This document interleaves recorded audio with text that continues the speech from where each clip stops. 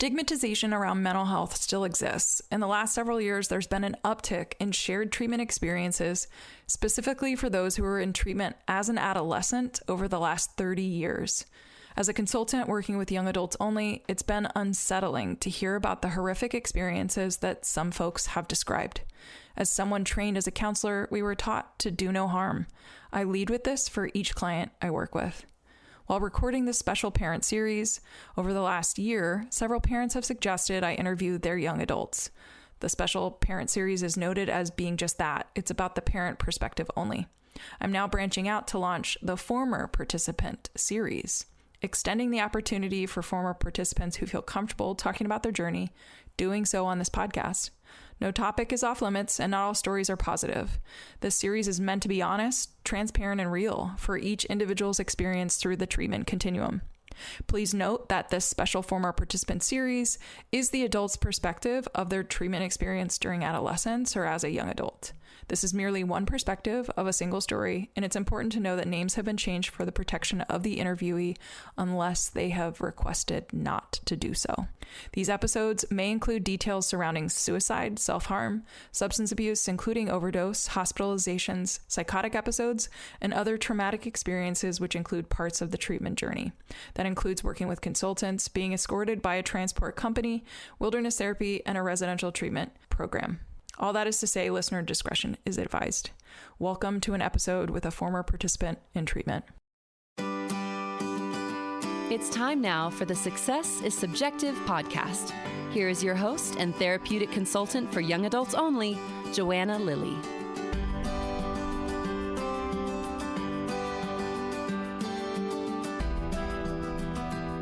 Hi, and welcome to the show. If you're new here, I'm glad to have you. This podcast was formed to collectively build a bank of stories from normal people sharing their nonlinear paths. Unfortunately, social media paints a narrow picture of what success looks like, so I'm doing my best to spread the news that changing course is common and you don't have to know what you want to do the rest of your life at 18. If you're a parent worried about your young adult and whether their path is leading them to success, you're in the right place. I'm a therapeutic consultant who works with young adults, trying to connect them with resources that'll help them get back on that path to success. So if you're curious, let's chat. You can schedule a free consultation through my website. Today, my guest is Evan. Evan lives in San Diego and has posted online about his recovery journey. During the interview, he talks about his experience as a young adult at Open Sky Wilderness, followed by enrolling at a recovery program called The Grounds in San Diego, followed by a sober living, like bare bones sober living in San Diego. One thing I'll probably mention right now is that by the time this interview actually goes live, my guess is that Evan will be employed and happily starting a new chapter in his young adult life.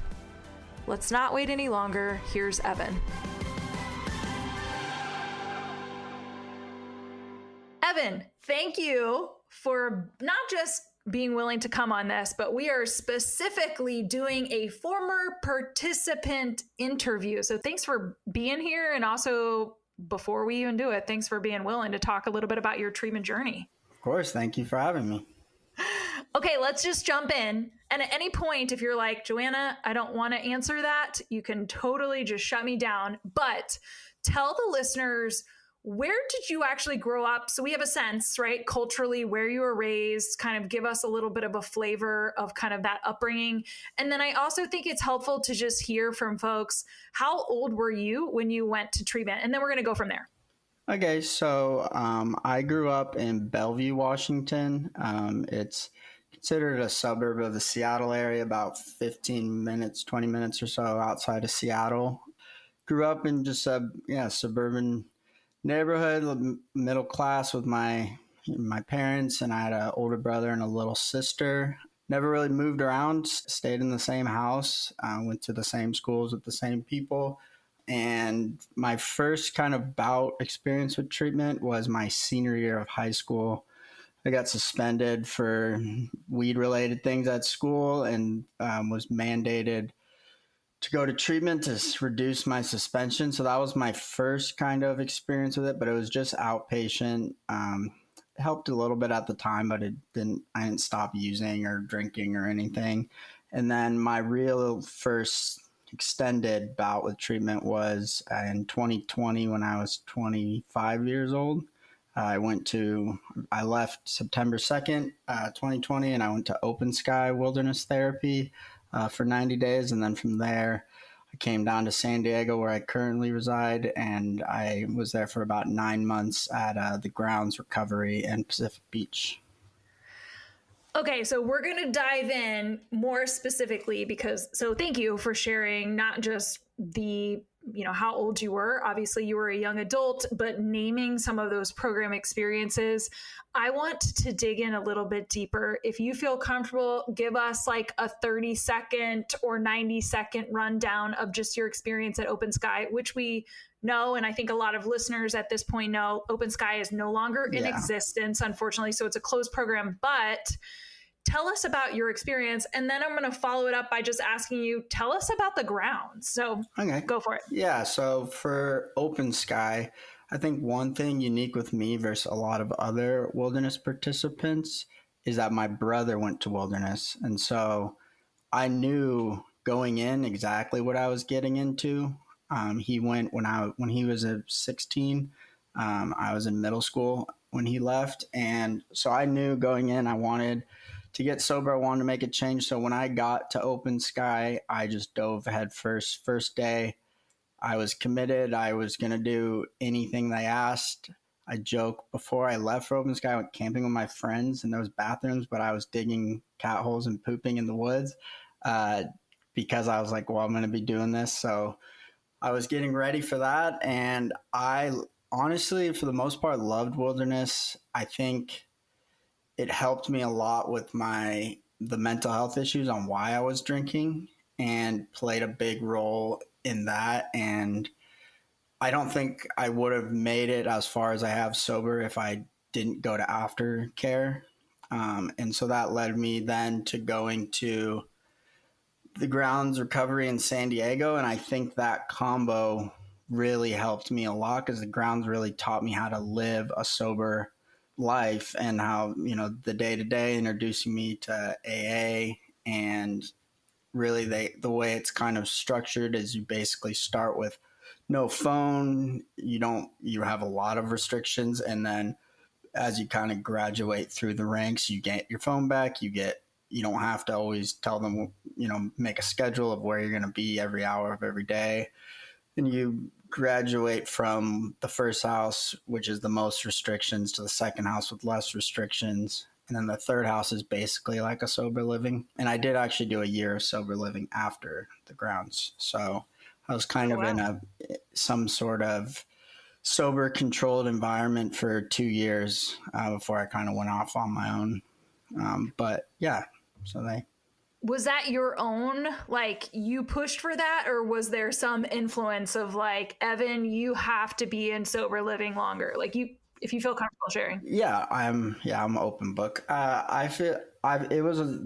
Going to sober living was mostly my own decision. Part of it was I was going to move in with a buddy, and it kind of fell through. And so it's like, a guy I knew from the Grounds was going to another sober living nearby.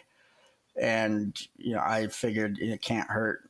And actually for California, the rent was a lot cheaper. It just made a lot of sense for me. And, I was so used to kind of being in such a structured environment. It didn't hurt to have someone kind of holding me accountable still.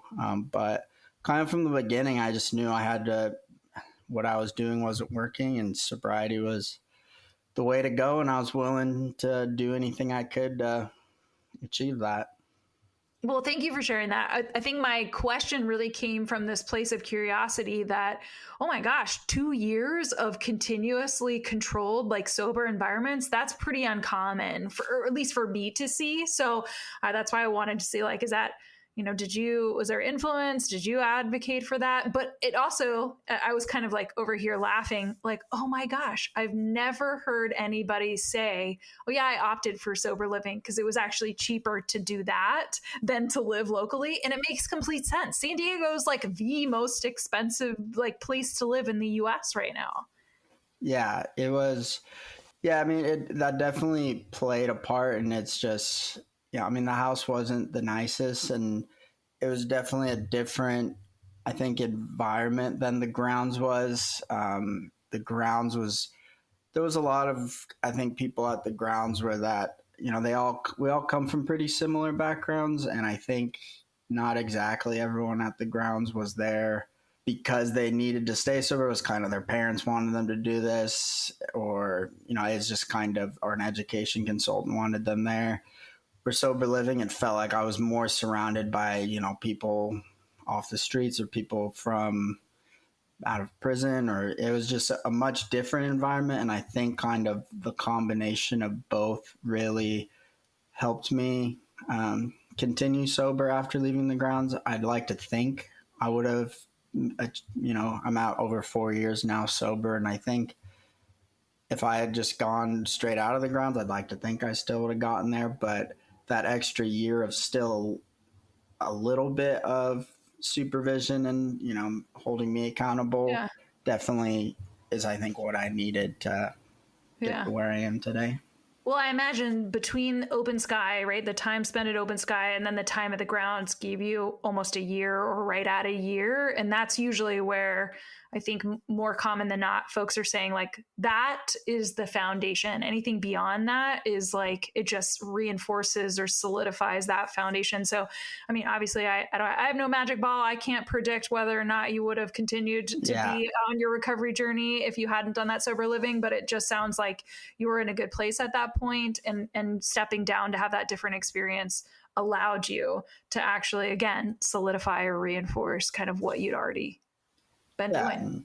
And I think I had a lot of friends from the grounds who, right after they got out, they made it a couple more months and before relapsing. And I do think, that little bit of extra structure and still working the same job and definitely, I think, played a huge part in my sober journey to today. Yeah, one day at a time, right? And everybody's recovery journey is so different. Okay, so you also started, I think, offline by saying you were still in San Diego. So I'm outing you. You're in San Diego right now. Tell us a little bit about well, what are you up to? Now you're 4 years into your recovery journey. You're sober. You've talked about your treatment experience. Where has life taken you post-treatment? Yeah, so post-treatment, so at the grounds, part of the requirement and what I think really helped was I had to get a part-time job. And so I actually got a part-time job at a PetSmart at the bottom of the hill that the grounds is at, and just started out as a part-time cashier. And that eventually led to me in a management role full-time at a PetSmart. And so I was doing that basically the whole time I was in sober living. And I just was ready for a change. And I had a buddy from the grounds working at a corporate company out here.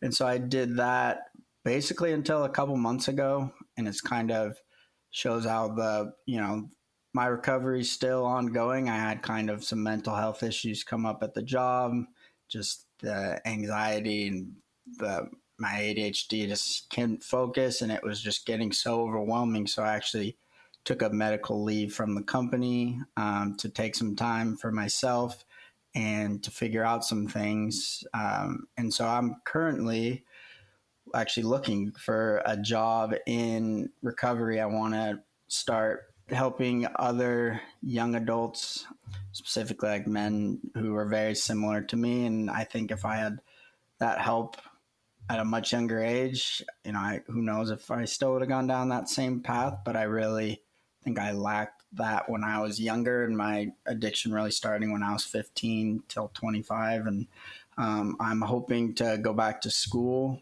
and get my master's in social work and just start really, using my life experience and something I'm passionate about for a career.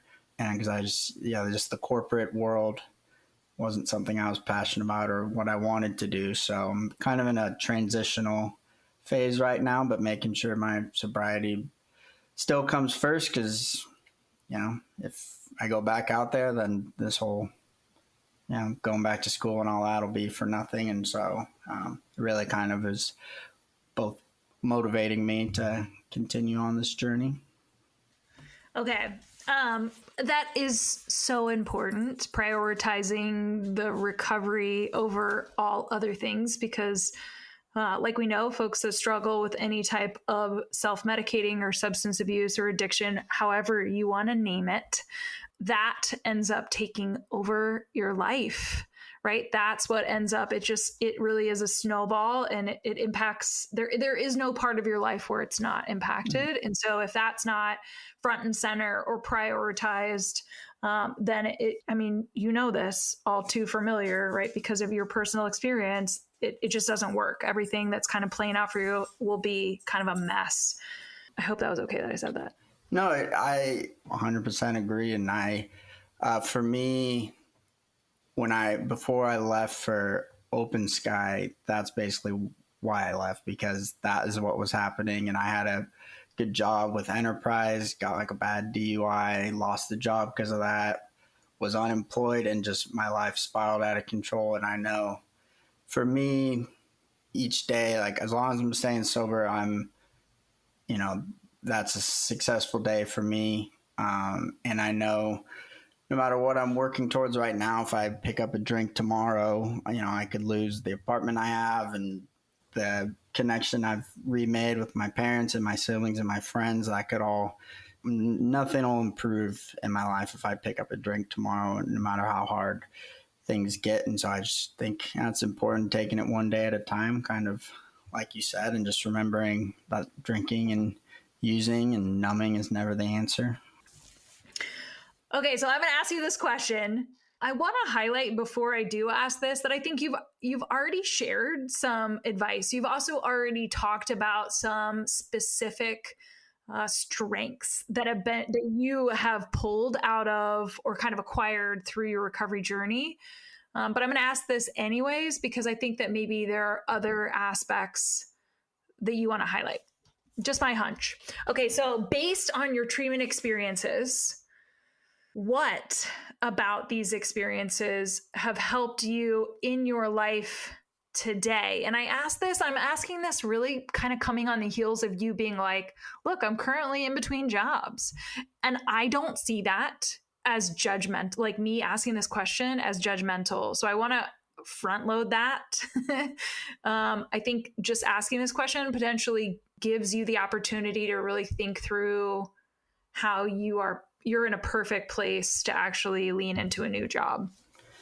Yeah. So one of the things that I really took out of treatment was that, honestly, a lot of it's just that one day at a time, and that, right now, like I'm not working, and I think the old Evan pre-treatment would have, this is the end of the world. This is, worth, going in a tailspin over. And, I think just my perspective on what success is and what is kind of like I was saying a little bit earlier, like what a successful day is. It's like, I might each day I set kind of a checklist of goals to do, and sometimes a successful day might be I got up, made my bed, didn't drink today, maybe did laundry, and yeah, that's not exactly what most people might view as like, wow, you got so much done today and you had such a,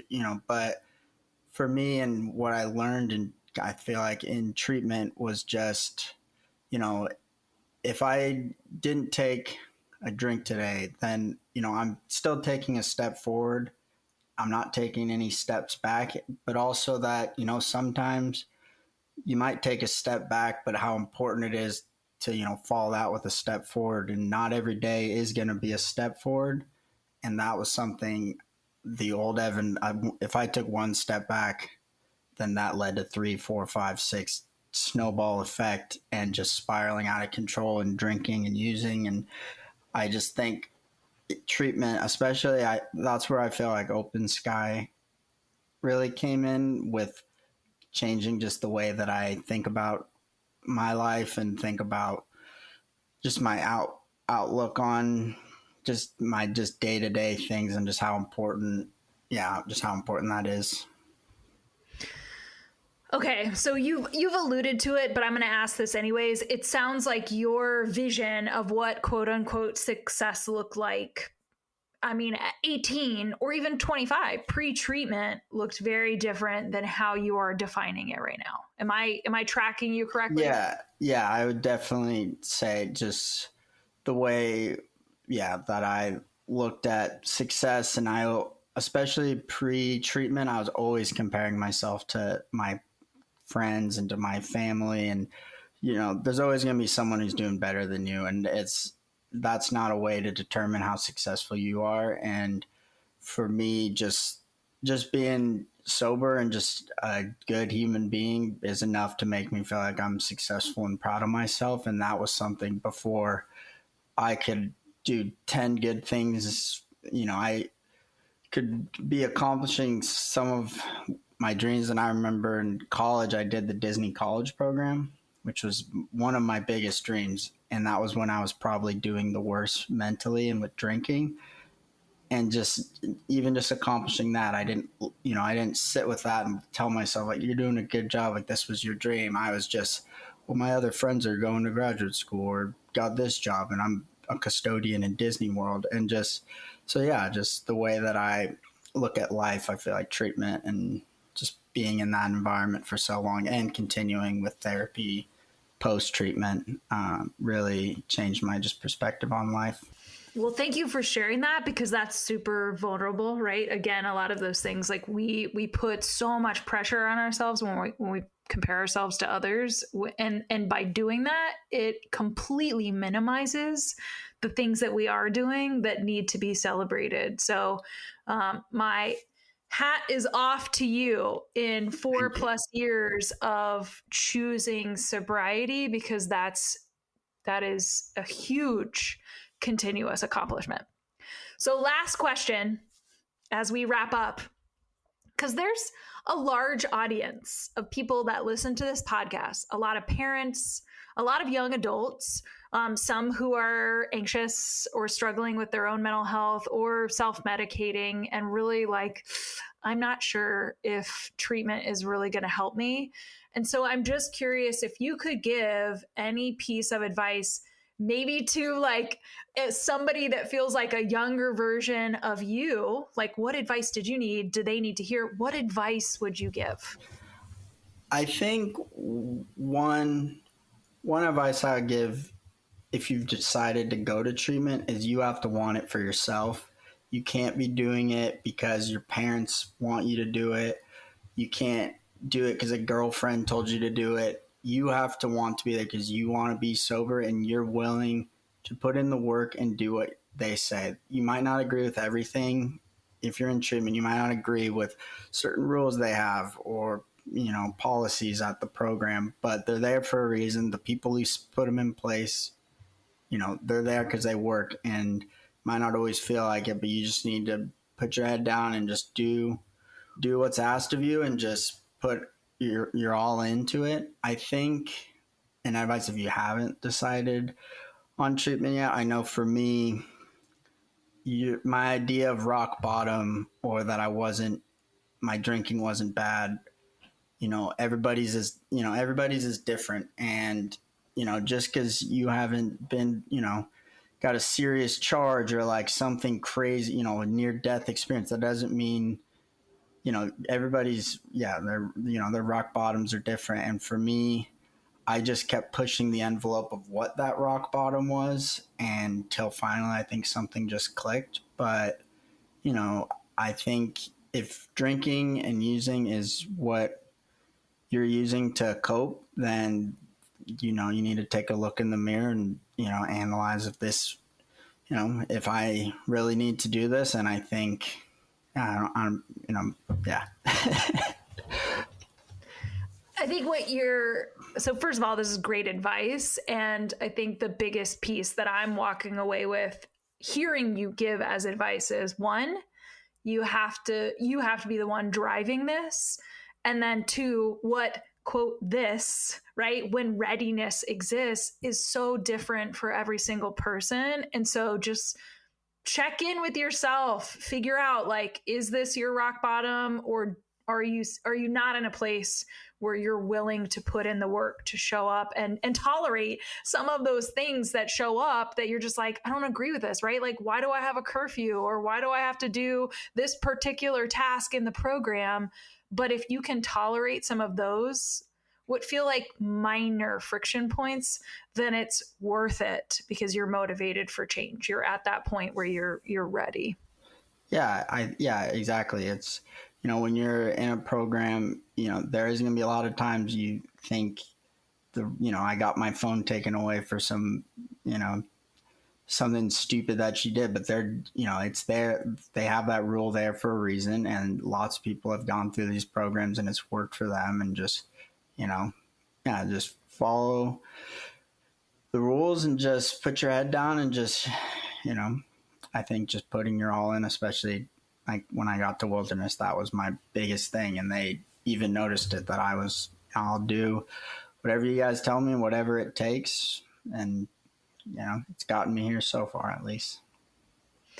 Well, Evan, thank you again for being a guest on the podcast, for being willing to not just share and impart some advice based on your personal experiences, but be super honest and transparent about some of those things that you did, including naming the actual programs and kind of how those experiences were, because transparency, honesty, it goes a long way for humans these days. And I just have so much respect for you for being willing to come on this podcast as a guest to share your personal treatment experience. Thank you for having me. I had a great time. That's it for this week's Success is Subjective episode. We want to thank our guest for joining Joanna on the show this week and for being willing to share your journey. This podcast would not exist if it weren't for people such as yourself. Stay tuned for our next episode, where you can bet it'll be another amazing human sharing their personal story with the world. Make sure you check out the show notes, where you will find contact information, website details, and all social media for our guest.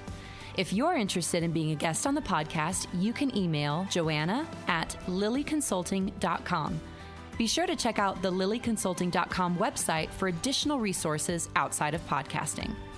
Now, if you're listening to the show on Apple Podcasts, please subscribe. And while you're at it, feel free to leave a review.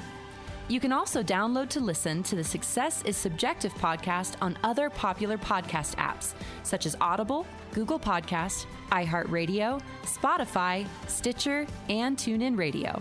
Thanks again for listening in, and remember, there is no single path through life. Success is what you make it.